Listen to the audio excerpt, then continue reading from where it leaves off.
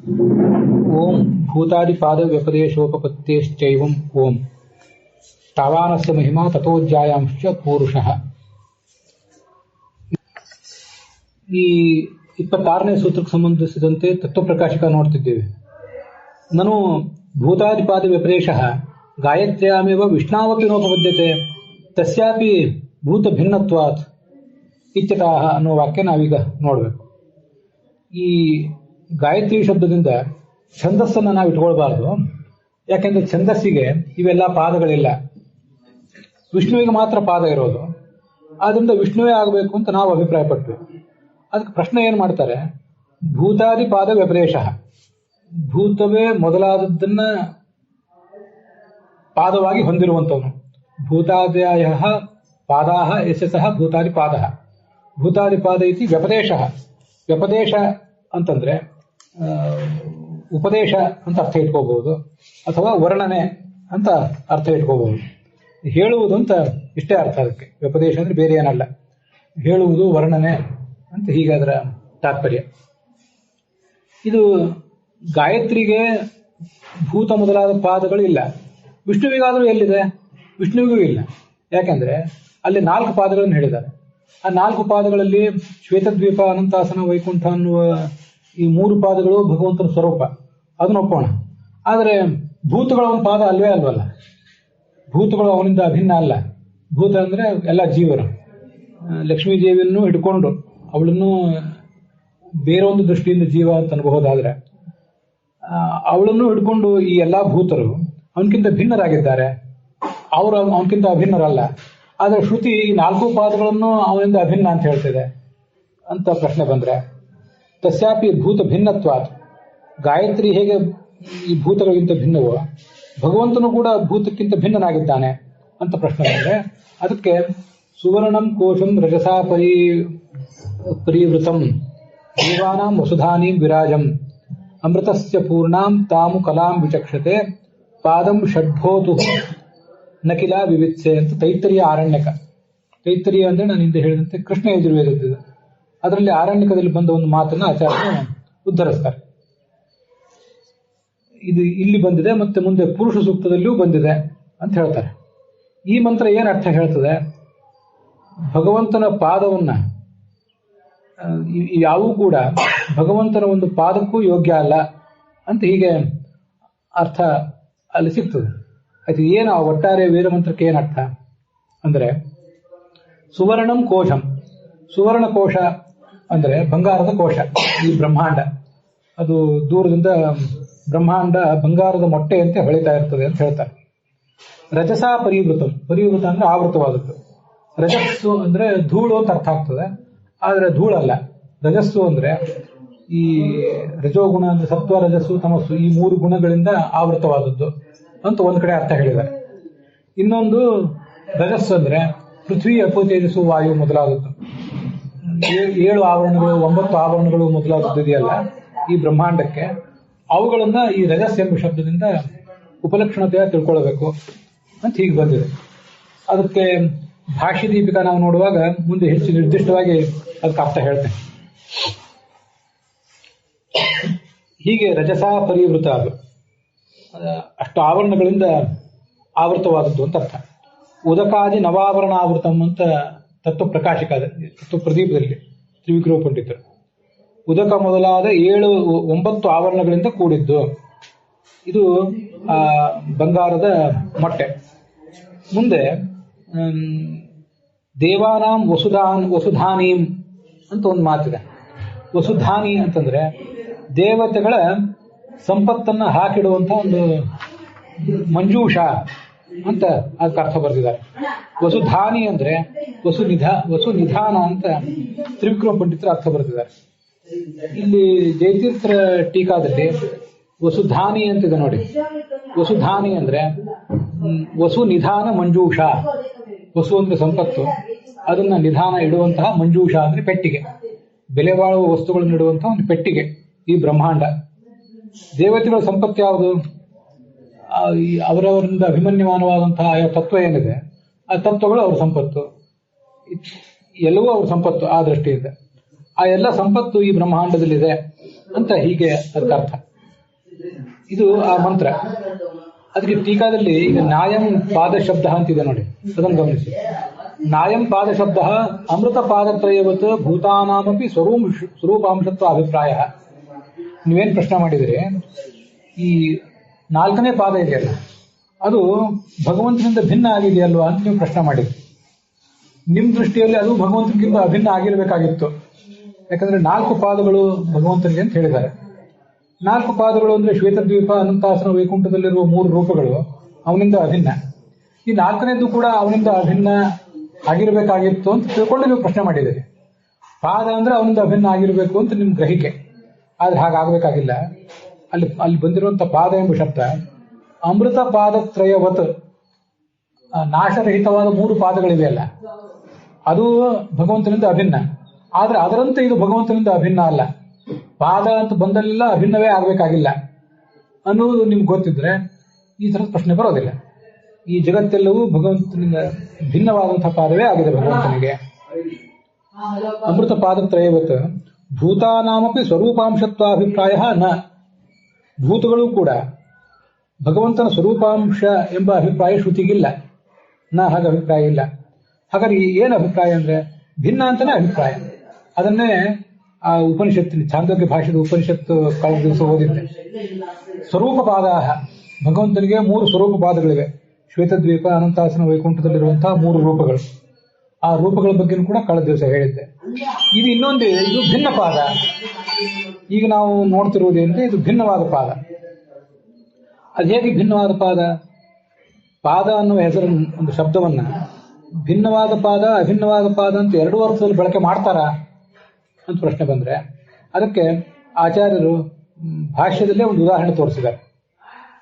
ಈ ಯಜ್ಞದತ್ತ ಮತ್ತು ದೇವದತ್ತ ಅಂತ 2 ವ್ಯಕ್ತಿಗಳು ನಮ್ಮ ಎದುರಿಗಿದ್ದಾರೆ. ಯಜ್ಞದತ್ತನ 4ನೇ ಒಂದು ಭಾಗ ಬಲವುಳ್ಳವನು ದೇವದತ್ತ ಅಂತ ಹೀಗೊಂದು ವಾಕ್ಯ ಪ್ರಯೋಗ ಮಾಡ್ತೇವೆ. ಯಜ್ಞದತ್ತ ಒಬ್ಬ ಮಲ್ಲ ಅಂತ ತಿಳ್ಕೊಳ್ಳಿ. ಮಲ್ಲನು ಅಥವಾ ಸಾಮಾನ್ಯ ಮನುಷ್ಯ. ಅವನ 4ನೇ ಒಂದು ಭಾಗ ಈ ದೇವದತ್ತ. ಅಂದ್ರೆ ಅರ್ಥ ಏನು? 4ನೇ ಒಂದು ಭಾಗ ಬಲವುಳ್ಳವನು ದೇವದತ್ತ ಅಂದ್ರೆ ಆ ಯಜ್ಞದತ್ತನಲ್ಲಿ ಏನು ಬಲ ಇದೆಯಲ್ಲ ಅದೇ ಬಲವೇ ಈ ದೇವದತ್ತನಿಗೂ ಇದೆ ಅಂತ ಅರ್ಥ ಅಲ್ಲ. ಆ ಬಲಕ್ಕೆ ಸಮಾನವಾದ 4ನೇ ಒಂದು ಭಾಗ ಇವನಿಗಿದೆ ಅಂತ ಅರ್ಥ. ಯಜ್ಞದತ್ತನ ಬಲವನ್ನು 4 ಭಾಗವಾಗಿ ವಿಂಗಡಿಸಿದರೆ ಅದರಲ್ಲಿ ಆ ಒಂದು 4ನೇ ಭಾಗ ಅಲ್ಲಿ ಏನು ಉಳಿತದಲ್ಲ ಅದಕ್ಕೆ ಸಮಾನವಾದ ಬಲ ಇವನಿಗಿದೆ ಅಂತ ಅರ್ಥ. ಅದೇ ಬಲವೇ ಇವನಲ್ಲಿ ಇರೋ ಸಾಧ್ಯ ಇಲ್ಲ. ಆ ದೇಹ ಬೇರೆ, ಈ ದೇಹ ಬೇರೆ. ಆ ದೇಹಗಳ ಸ್ನಾಯು, ರಟ್ಟೆ, ರಕ್ತ, ಮಾಂಸ ಇತ್ಯಾದಿ ಎಲ್ಲವೂ ಭಿನ್ನ. ಅವುಗಳಿಂದಲೇ ಬಲ ಬರೋದು. ವ್ಯಕ್ತಿ ಒಳಗಿರುವ ಜೀವ ಬೇರೆ, ದೇಹ ಬೇರೆ. ಹಾಗಿದ್ದಾಗ ಬಲನೂ ಕೂಡ ಬೇರೆ ಬೇರೆನೆ. ಹೀಗೆ ಈ ಜಗತ್ತಿನಲ್ಲಿ ಇದೆಲ್ಲ ವ್ಯವಹಾರ ಕಂಡಿದೆ. ನೀನು ನನ್ನ ಅರ್ಧ ಎತ್ತರ ಇದ್ದೀಯಾ ಅಂತ ನಾವು ಯಾವ್ದಾದ್ರು ಮಗುವಿಗೆ ಹೇಳಿದರೆ ನನ್ನ ಎತ್ತರವೇ ಅವನಿಗಿಲ್ಲ. ಅಥವಾ ನನ್ನ ಅರ್ಧ ಎತ್ತರ ಅಂದ್ರೆ ನಾನು 6 ಅಡಿ ಇದ್ರೆ ಅವನು ನನ್ನ 3 ಅಡಿಯೇ ಅವನದು ಇದೆ ಅಂತ ಅರ್ಥ ಅಲ್ಲ. ನನ್ನ 3 ಅಡಿ ಬೇರೆ, ಅವನು 3 ಅಡಿ ಬೇರೆ. ನನ್ನ 6 ಅಡಿ ಬೇರೆ, ಇನ್ನೊಬ್ಬ ವ್ಯಕ್ತಿ 6 ಅಡಿಯೂ ಬೇರೆ. ಇದಕ್ಕೆ ಸಮಾನವಾದದ್ದು ಅದು ಅಂತ ಅರ್ಥ. ಹೀಗೆ ಎಲ್ಲಾ ಕಡೆನೂ ಕೂಡ ಕಂಡು ಬಂದಿದೆ. ಯಜ್ಞದತ್ತನ ಚತುರ್ಭಾಗ ಬಲ ಆಗಿದ್ದಾನೆ ದೇವದತ್ತ ಅಂತ ಹೇಳಿದ್ರೆ ಇಲ್ಲಿ ಹೇಗೆ ಭಿನ್ನನೋ, ಯಜ್ಞದತ್ತನ ಚತುರ್ಭಾಗ ಬಲ ದೇವದತ್ತ ಎಂಬಲ್ಲಿ ಹೇಗೆ ಭಿನ್ನವೋ ಹಾಗೆ ಭಿನ್ನಮೇವ ವಿಶ್ವಂ, ಜಗತ್ತು ಭಿನ್ನವೇ ಆಗಿದೆ. ಭಿನ್ನವಾಗಿದ್ರೂ ಕೂಡ ಈ ವಿಶ್ವವನ್ನ ತತ್ ಪಾದ ಪರಿಮಿತ ಸಾಮರ್ಥ್ಯಂ ಪಾದತೆಯ ಉಚ್ಯತೆ. ಭಿನ್ನವಾದ ವಿಶ್ವವನ್ನೇ ಆ ಭಗವಂತನ ಪಾದ ಅಂತ ನಾವು ಹೀಗೆ ಹೇಳೋದು. ಪಾದ ಎಂಬುದಾಗಿ ವರ್ಣನೆ ಮಾಡುವುದು ಯಾಕೆಂದ್ರೆ ತತ್ಪಾದ ಪರಿಮಿತ ಸಾಮರ್ಥ್ಯಂ, ಭಗವಂತನ ಪಾದಕ್ಕೆ ಪರಿಮಿತವಾದ ಒಂದು ಸಾಮರ್ಥ್ಯ ಇದಕ್ಕೂ ಇದೆ. ಆದ್ರಿಂದ ಇದನ್ನ ನಾವು ಪಾದ ಅಂತ ಹೀಗೆ ಹೇಳುವುದಷ್ಟೇ. ಅಥೋಭೂತ ಪಾದತ್ವ ವಿಷ್ಣು ಉಪಪದ್ಯತೆ. ಈ ಕಾರಣದಿಂದ ಸದೃಶವಾದ ಸಾಮರ್ಥ್ಯ ಅವನಿಗೆ ಸದೃಶವಾದ, ಅವನ ಯಾವುದೋ ಒಂದು ಅಂಶಕ್ಕೆ ಸದೃಶವಾದ ಬಲ ಇವನಿಗಿದೆ, ಈ ಜಗತ್ತಿಗಿದೆ ಎಂಬ ಅರ್ಥದಲ್ಲಿ ಈ ಜಗತ್ತನ್ನ ಭಗವಂತನ ಪಾದ ಅಂತ ನಾವು ಹೇಳೋದು ಏನು ತೊಂದರೆ ಇಲ್ಲ ಅಂತ ತಾತ್ಪರ್ಯ. ಅಲ್ಲಿ ಒಂದು ಪ್ರಶ್ನೆ ಬರ್ತದೆ, ಹಾಗಾದ್ರೆ ಭಗವಂತನ ಒಂದು ಪಾದ ಈ ಜಗತ್ತು ಅಂತ ನೀವು ಹೇಳಿದರೆ ಭಗವಂತ ಈ ಜಗತ್ತಿಗಿಂತ ಎಷ್ಟು ದೊಡ್ಡವನಾದ ಅಂದ್ರೆ 4 ಪಟ್ಟು ದೊಡ್ಡವನಾದ ಅಷ್ಟೇ, ಅಪರಿಮಿತ ಆಗಲಿಲ್ಲ. ಅನಂತ ಗುಣದಿಂದ ಲಕುಮಿಗಿಂತ ಅಥವಾ ಈ ಜಗತ್ತಿಗಿಂತ ಅಧಿಕ ಅಂತ ಬರಬೇಕಲ್ಲ ಭಗವಂತ. ಅದಾಗಲಿಲ್ಲ. 4 ಪಟ್ಟು ದೊಡ್ಡವನಾದ ಅಷ್ಟೇ. ಇವನ ಹತ್ರ ಕೋಟಿ ರೂಪಾಯಿ ಇದ್ರೆ ಅವನ ಹತ್ರ 4 ಕೋಟಿ ರೂಪಾಯಿ ಇದೆ ಅಂತ ಹೀಗಾಯ್ತು ಅಷ್ಟೇ. ತರ್ಹಿ ವಿಶ್ವ ಚತುಷ್ಟಯ ಸಮಃ ಹರಿ ತ್ಯಾಯಾತಂ. ಈ ಜಗತ್ತನ್ನೆಲ್ಲ ಒಂದು ಪರಿಗಣನೆ ಮಾಡಿದ್ರೆ ಇದರ 4 ಪಟ್ಟು ಭಗವಂತ ಅಂತ ಆಯ್ತು, ಅನಂತ ಆಗಲಿಲ್ಲ. ಇತಿ ನಮಂತವ್ಯಂ. ಈಗ ಪ್ರಶ್ನೆ ಮಾಡಬೇಡಿ. ಯಾಕೆ ಪ್ರಶ್ನೆ ಮಾಡಬೇಡಿ ಅಂದ್ರೆ, ಪಾದ ಅಂತ ಅಲ್ಲಿ ಏನು ಶಬ್ದ ಪ್ರಯೋಗ ಮಾಡಿದ್ದೀವಲ್ಲ, ಆ ಪಾದಕ್ಕೆ ಎಕ್ಸಾಕ್ಟ್ಲಿ ಕ್ವಾರ್ಟರ್ ಅಂತ ಅರ್ಥ ಅಲ್ಲ, ಒಂದು ಕಾಲು ಭಾಗ 0.25 ಅಂತ ಅರ್ಥ ಅಲ್ಲ. ಅದಕ್ಕೆ ಪಾದ ಅಂದ್ರೆ ಒಂದು ಅಂಶ ಅಂತಾನೆ ಅರ್ಥ. ಮತ್ತೆ ಹಾಗಾದ್ರೆ ಅಂಶ ಅಂತಾನೆ ಹೇಳ್ಬೋದಿತ್ತಲ್ಲ, ಪಾದ ಅಂತ ಯಾಕೆ ಹೇಳಿದ್ರಿ ಅಂದ್ರೆ, ಅದು ಏನಾದ್ರು ಒಂದು ಶಬ್ದ ಹೇಳ್ಬೇಕಲ್ಲ ಭಗವಂತನ ಬಗ್ಗೆ. ನೀವು ಈ ಭಗವಂತನ ಕುರಿತಾಗಿ ಯಾವ ಶಬ್ದವನ್ನು ಏನೇ ಪ್ರಯೋಗ ಮಾಡಿದ್ರೂ ಕೂಡ ಅದು ಪೂರ್ಣವಾಗಿ ಅವನನ್ನ ವರ್ಣನೆ ಮಾಡೋದೇ ಇಲ್ಲ. ಆದ್ರಿಂದ ಅಂಶ ಅಂತ ಹೇಳಿದ್ರು ಇನ್ನೂ ಗೊಂದಲ ಉಳಿತದೆ. ಏನಾದ್ರೂ ಶಬ್ದ ಪ್ರಯೋಗ ಮಾಡಬೇಕು ಅಂತ ಈ ತರ ಶಬ್ದ ಪ್ರಯೋಗ ಮಾಡ್ತೇವೆ ಅಷ್ಟೆ. ನನಗೆ ಈ ಸಂದರ್ಭದಲ್ಲಿ ಮುಂದೆ ಬುದ್ಧಿರ್ಥ ಪಾದವತ ಅಂತ ಒಂದು ಸೂತ್ರ ಇದೆ, ಮುಂದೆ ಬರೋದಿದೆ. ಅದು ಯಾವ ಅಧ್ಯಾಯ ನೆನಪಿಲ್ಲ. ಮುಂದೆ ಬುದ್ಧಿರ್ಥ ಪಾದವತ ಅಂತ ಒಂದು ಸೂತ್ರ ಬರ್ತದೆ. ಅಲ್ಲಿ ಏನಿದೆ ಅಂದ್ರೆ ಭಾಷ್ಯ, ಜೀವೇಶ್ವರ ಸಂಬಂಧ ಜ್ಞಾಪನಾರ್ಥಂ ಅಪ್ರಸಿದ್ಧೋಪಿ ಪಾದ ಯಥಾ ಪಾದ ಶಬ್ದೇನ ವ್ಯಪದಿಶ್ಯತೆ ಪಾದೋಸ್ಯ ವಿಶ್ವಾಭೂತಾನಿ ಇತಿ. ಇದೇ ಇಂಥದೇ ಪ್ರಸಂಗ ಅಲ್ಲಿಯೂ ಕೂಡ. ಈ ಜೀವನಿಗೂ ಈಶ್ವರನಿಗೂ ಏನ್ ಸಂಬಂಧ? ಜೀವನಿಗಿಂತ ಎಷ್ಟು ದೊಡ್ಡವನು ಭಗವಂತ ಅಂತ ಹೇಳೋ ಪ್ರಸಂಗ ಬಂದಾಗ ಅನಂತ ಪಟ್ಟು ದೊಡ್ಡವನು ಅಂತ ಹೇಳ್ಬಿಟ್ರೆ, ಈ ಅನಂತ ಅಂತ ಅನ್ನೋದನ್ನ ನಾವೆಲ್ಲ ಈಗ ತುಂಬಾ ಸುಲಭವಾಗಿ ಮೊದಲಿಂದಲೂ ಬಾಲ್ಯದಿಂದಲೂ ಭಗವಂತ ಅನಂತ ಗುಣ ಪರಿಪೂರ್ಣ ಅನ್ನೋದನ್ನ ಕೇಳಿ ಕೇಳಿ ಅಭ್ಯಾಸ ಮಾಡ್ಕೊಂಡ್ಬಿಟ್ಟಿದ್ದೀವಿ. ಕೆಲವು ಜನರಿಗೆ ಅನಂತ ಅನ್ನೋದನ್ನ ಕನ್ಸೀವ್ ಮಾಡ್ಲಿಕ್ಕಾಗಲ್ಲ. ಅನಂತಕ್ಕೂ ಒಂದು ಎಂಡಿರ್ಬೇಕಲ್ಲ ಅಂತ ಪ್ರಶ್ನೆ ಮಾಡ್ತಾರೆ. ಆ ಪ್ರಶ್ನೆ ಮಾಡೋರ್ದು ತಪ್ಪು ಅಂತಲ್ಲ, ಆ ಅನಂತ ಅನ್ನೋದನ್ನು ಊಹೆ ಮಾಡ್ಲಿಕ್ಕಾಗೋದಿಲ್ಲ. ಅದಾದ ಹೇಗೆ ಅನಂತ? ಅದಾದ್ಮೇಲೆ ನೋಡು, ದೇಶ ಅನಂತ ಅಲ್ವಾ, ಕಾಲ ಅನಂತ ಅಲ್ವಾ, ಕಾಲ ಇಲ್ಲದೇ ಇರುವ ಕಾಲ ಅಂತ ಒಂದಿರ್ತದ ಅಂತ ನಾನಾ ಥರದ ಉದಾಹರಣೆಗಳನ್ನು ಕೊಟ್ಟು, ದೇಶ ಇಲ್ಲದೇ ಇರುವ ದೇಶ ಒಂದಿರ್ತದ ಅಂತ ಉದಾಹರಣೆ ಕೊಟ್ಟು, ಅದರಂತೆ ಭಗವಂತ ಅನಂತ ಅಂತ ಹೀಗೆಲ್ಲ ಹೇಳ್ಬೇಕಾಗ್ತದೆ. ಅನಂತತ್ವವನ್ನು ಕನ್ಸೀವ್ ಮಾಡೋದು ಅಷ್ಟು ಸುಲಭ ಅಲ್ಲ. ಅದಕ್ಕಾಗಿ ಜೀವನಿಗೂ ಈಶ್ವರನಿಗೂ ಏನು ಸಂಬಂಧ ಅಂತ ತಿಳಿಸ್ಲಿಕ್ಕೋಸ್ಕರ ಪಾದ ಅನ್ನೋ ಶಬ್ದವನ್ನ ಶಾಸ್ತ್ರದಲ್ಲಿ ವ್ಯವಹರಿಸಿದ್ದಾರೆ. ಬುದ್ಧ್ಯರ್ಥ ಮುಂದಿನ ಸೂತ್ರ. ಬುದ್ಧಿಯನ್ನು ನಮ್ಮ ತಿಳುವಳಿಕೆಗಾಗಿ ಪಾದ ಶಬ್ದವನ್ನು ಉಪಯೋಗ ಮಾಡ್ತಾರೆ, ಹೇಗೋ ಹಾಗೆ. ಅದು ಪಾದೋಸ್ಯ ವಿಶ್ವಾಭೂತ ಅನ್ನೋಲ್ಲಿ ಪುರುಷ ಸೂಕ್ತ ಪಾದ ಅನ್ನೋ ಶಬ್ದವನ್ನು ಬಳಕೆ ಮಾಡಿರುವುದು ಇದಕ್ಕಾಗಿ. ಒಂದು ಅಂಶ ಅಂತ ಅಷ್ಟು ಮಾತ್ರ ಅರ್ಥ ಅದಕ್ಕೆ. ಎಕ್ಸಾಕ್ಟ್ಲಿ ಒಂದು ಕ್ವಾರ್ಟರ್ ಅಂತ ಅರ್ಥ ಅಲ್ಲ, 2.5 ಅಂತ ಅರ್ಥ ಅಲ್ಲ ಅದಕ್ಕೆ. ಅದೇ ಅಲ್ಲೇ ಮುಂದೆ ಬಂದಿರೋದು ಅಲೌಕಿಕೋಪಿ ಜ್ಞಾನಾದಿ ತಚ್ಛಬ್ದೇನೇವ ಭಣ್ಯತೆ ಜ್ಞಾಪನಾರ್ಥಾಯ ಲೋಕಸ್ಯ ಯಥಾ ರಾಜೇವ ದೇವರಾಟ್ ಅಂತ. ಈಗ ಭಗವಂತನ ಜ್ಞಾನ ಅಂದ್ರೆ ಏನು ಅಂತ ಪ್ರಶ್ನೆ ಬಂದ್ರೆ, ಭಗವಂತನ ಕರುಣೆ ಅಂದ್ರೆ ಏನು, ಭಗವಂತನ ಶೌರ್ಯ ಅಂದ್ರೆ ಏನು ಅಂತ ಪ್ರಶ್ನೆ ಬಂದ್ರೆ, ಕರುಣೆ ಅಂದ್ರೆ ಏನು ಅಂತ ಪ್ರಶ್ನೆ ಕೇಳಿದ್ರೆ, ಕರುಣೆ ಅಂದ್ರೆ ಇನ್ನೊಬ್ಬರನ್ನ ನೋಡಿ ಮನಸ್ಸು ಕರಗಬೇಕು, ಅಂದ್ರೆ ಕರಗಬೇಕು ಅಂದ್ರೆ ನಮಗೂ ಸ್ವಲ್ಪ ದುಃಖ ಆಗ್ಬೇಕಾ ಹೇಗೆ ಅಂತೆಲ್ಲ ತುಂಬಾ ಕೆದಕಿ ಕೇಳಿದ್ರೆ, ಆ ದೃಷ್ಟಿಯಿಂದ ಭಗವಂತ ಕರುಣಾಮಯನೇ ಅಲ್ಲ ಅಂತ ಆಗ್ತದೆ. ಭಗವಂತ ನಮ್ಮ ಕರುಣೆ ಏನೋ ಆ ಕರುಣೆಯ ದೃಷ್ಟಿಯಿಂದ, ಆ ಲಕ್ಷಣಗಳ ದೃಷ್ಟಿಯಿಂದ ಭಗವಂತನ ಕರುಣೆಯನ್ನು ನಾವು ಅಳಿಲಿಕ್ಕೆ ಹೋಗ್ತೇವೆ. ಎಲ್ಲನೂ ಜ್ಞಾನನೂ ಹಾಗೇನೆ. ಈ ಸೂತ್ರ ಶ್ಲೋಕನೇ ಇದೆ ಪದ್ಮಪುರಾಣದ್ದು. ಜ್ಞಾನ, ಕರುಣೆ, ಶೌರ್ಯ ಮೊದಲಾದದ್ದು ಭಗವಂತಂದು ಅಲೌಕಿಕ. ಅಷ್ಟಾದ್ರೂ ಕೂಡ ಹಾಗೋದು ಯಾವ ಶಬ್ದದಿಂದ ಹೇಳಬೇಕು? ನಮ್ಗೆ ಯಾವ ಶಬ್ದದಿಂದ ಹೇಳಲಿಕ್ಕೆ ಬರೋದಿಲ್ಲ. ನಾವು ಸುಮ್ಮನೆ ಕೂತ್ಬಿಟ್ರೆ ಕೇಳುವವರಿಗೆ ತಿಳಿಬೇಕು ಹೇಗೆ? ಇನ್ನೂ ಅಪರೋಕ್ಷ ಜ್ಞಾನ ದೂರ ಇದೆ, ಪರೋಕ್ಷ ಜ್ಞಾನವೇ ಇನ್ನೂ ಆಗಿಲ್ಲ. ಪರೋಕ್ಷ ಜ್ಞಾನ ಶಬ್ದದಿಂದ ಆಗಬೇಕು. ಶಬ್ದದಿಂದ ಪೂರ್ತಿ ಹೇಳಲಿಕ್ಕೆ ಬರೋದಿಲ್ಲ ಅಂತ ಕೈ ಚೆಲ್ಲಿದ್ರೆ ತಗರೆ ಪರೋಕ್ಷ ಜ್ಞಾನವೂ ಆಗದೆ ಹೋದ್ರೆ ಅಪರೋಕ್ಷ ಜ್ಞಾನ ಆಗೋದು ಹೇಗೆ? ಆದ್ರಿಂದ ಈಗ ಏನು ಲಭ್ಯ ಇದೆಯೋ ಅದೇ ಒಂದೇನು ಶಬ್ದವನ್ನು ಏನಾದ್ರು ಮಾಡಿ ಪ್ರಯೋಗ ಮಾಡಿಬಿಡೋದು. ಅದರಲ್ಲಿ ಪಾದ ಅಂತ ಒಂದು ಶಬ್ದ, ಅದಕ್ಕೊಂದು ಅಂಶ ಅಂತ ಮಾತ್ರ ಅರ್ಥ. ಅದು ಹೇಗೆಂದ್ರೆ, ಚಿಕ್ಕ ಮಕ್ಕಳಿಗೆ ದೇವರಾಜ ಇಂದ್ರ ಅಂದ್ರೆ ಏನು ಅಂತ ಕೇಳಿದ್ರೆ, ಅಲ್ಲಿ ನಮ್ಮಲ್ಲಿ ರಾಜ ಇರ್ತಾರಲ್ಲ, ರಾಜ್ಯಪಾಲರು, ಪ್ರಧಾನಮಂತ್ರಿಗಳು, ರಾಷ್ಟ್ರಪತಿಗಳು, ಹಾಗೆ ಅಂತ ಉದಾಹರಣೆ ಕೊಡ್ತೇವೆ. ಆಮೇಲೆ ನಂದನವನ ಅಂದ್ರೆ ಏನು ಅಂತ ಅವ್ರು ಕೇಳಿದ್ರೆ, ನಮ್ಮಲ್ಲಿ ಲಾಲ್ಬಾಗ್ ಕಬ್ಬನ್ ಪಾರ್ಕ್ ಇದೆಯಲ್ಲ, ಆ ತರ ಅಂತ ಉದಾಹರಣೆ ಕೊಟ್ಟು ಏನೋ ಒಂದು ಸಮಾಧಾನ ಹೇಳ್ತೇವೆ. ವಾಸ್ತವಿಕವಾಗಿ ಈ ರಾಜರಿಗಿಂತ ಆ ದೇವರಾಟ್ ರಾಜ ಇಂದ್ರ ಬೇರೆ ತರ ಇರ್ತಾನೆ. ಆ ತರ ನಮಗೆ ತಿಳಿಯಲಿ ಅಂತ ಎಲ್ಲಾ ಶಬ್ದಗಳನ್ನು ಪ್ರಯೋಗ ಮಾಡ್ತೇವೆ ಅಷ್ಟೇ ಅಂತ ಮುಂದೆ ಒಂದು ಸೂತ್ರ ಬರೋದಿದೆ. ಇದು ಪರಾನಂದಾಧಿಕರಣ ಅಂತ, ಅಲ್ಲಿ ಆ ಅಧಿಕರಣನೇ ಆ ಥರ ಇದೆ. ಆ ಥರ ಇಲ್ಲಿ ಕೂಡ ನಮಗೆ ತಿಳಿಯಲಿ ಅಂತ ಪಾದ ಶಬ್ದವನ್ನ ಬಳಕೆ ಮಾಡಿದ್ದಾರೆ ಅಷ್ಟೇ. ಅತ್ರ ಪಾದಶಬ್ದೇನ ವಿಶ್ವಂ ವಿಷ್ಣು ಸಾಮರ್ಥ್ಯೈಕ ದೇಶ ಪರಿಮಿತ ಮುಚ್ಚತೆ.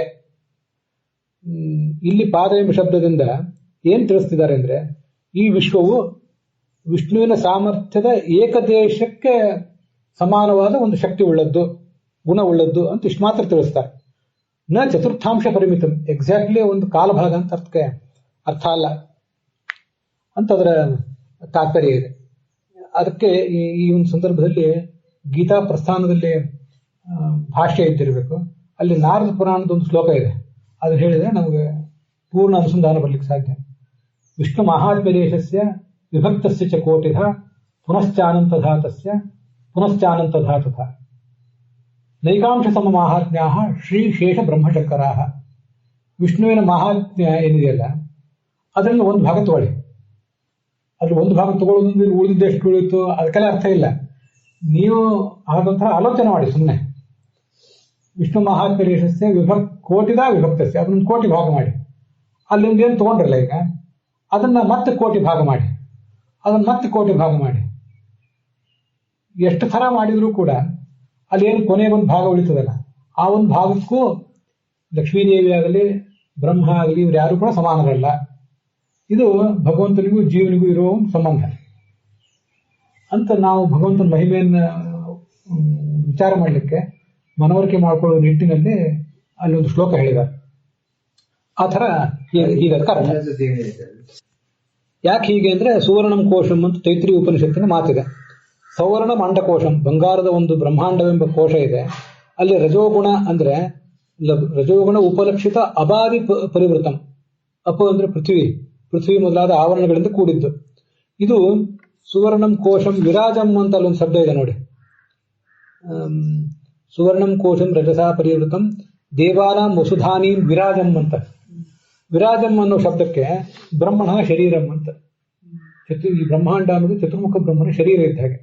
ಭಾಗವತದಲ್ಲಿ ಹಿಂದೆ ಒಂದ್ ಕಡೆ ವಿಶೇಷೇಣ ರಾಜತೆ ಇತಿ ವಿರಾಜ ಅಂತ ಹೀಗೆಲ್ಲ ಬಂದಿದೆ.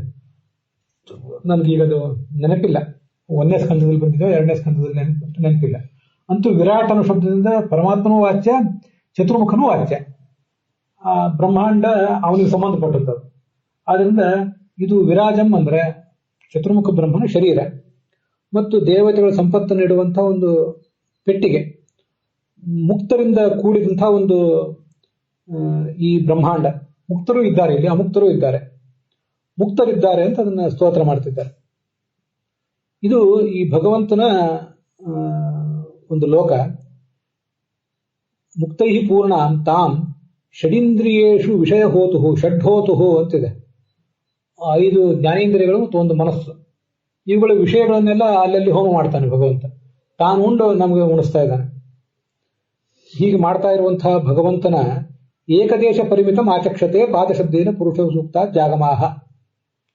ಪುರುಷ ಸೂಕ್ತ ಮೊದಲಾದ ಶಾಸ್ತ್ರಗಳು ಈ ಜಗತ್ತನ್ನ ಅಂಥ ಭಗವಂತ ಏನಿದ್ದಾನೆ ಷಡ್ಹೋತ, ಆ ಭಗವಂತನ ಏಕದೇಶಕ್ಕೆ ಸಮಾನವಾದದ್ದಿದು ಈ ಜಗತ್ತು ಅಂತ ವರ್ಣನೆ ಮಾಡ್ತೇವೆ.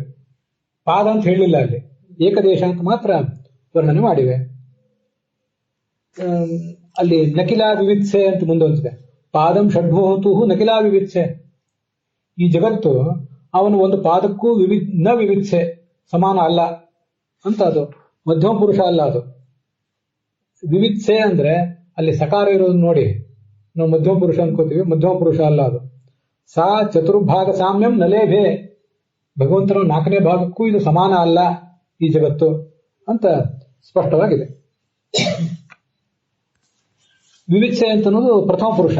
ಅದಕ್ಕಾಗಿ ನ ಲೇಭೆ ಕಿಲ, ಈ ಜಗತ್ತು ಆ ಭಗವಂತನ 4ನೇ ಒಂದು ಭಾಗದ ಸಾಮ್ಯವನ್ನು ಪಡೆದಿಲ್ಲ ಅಂತ. ಲೇಭೆ ಅಂತ ಪ್ರಥಮ ಪುರುಷದ ಇನ್ನೊಂದು ಧಾತು, ದುಲಭಷ್ಪ್ರಾಪ್ತ ಧಾತು ಪ್ರಯೋಗ ಮಾಡಿದ್ದಾರೆ.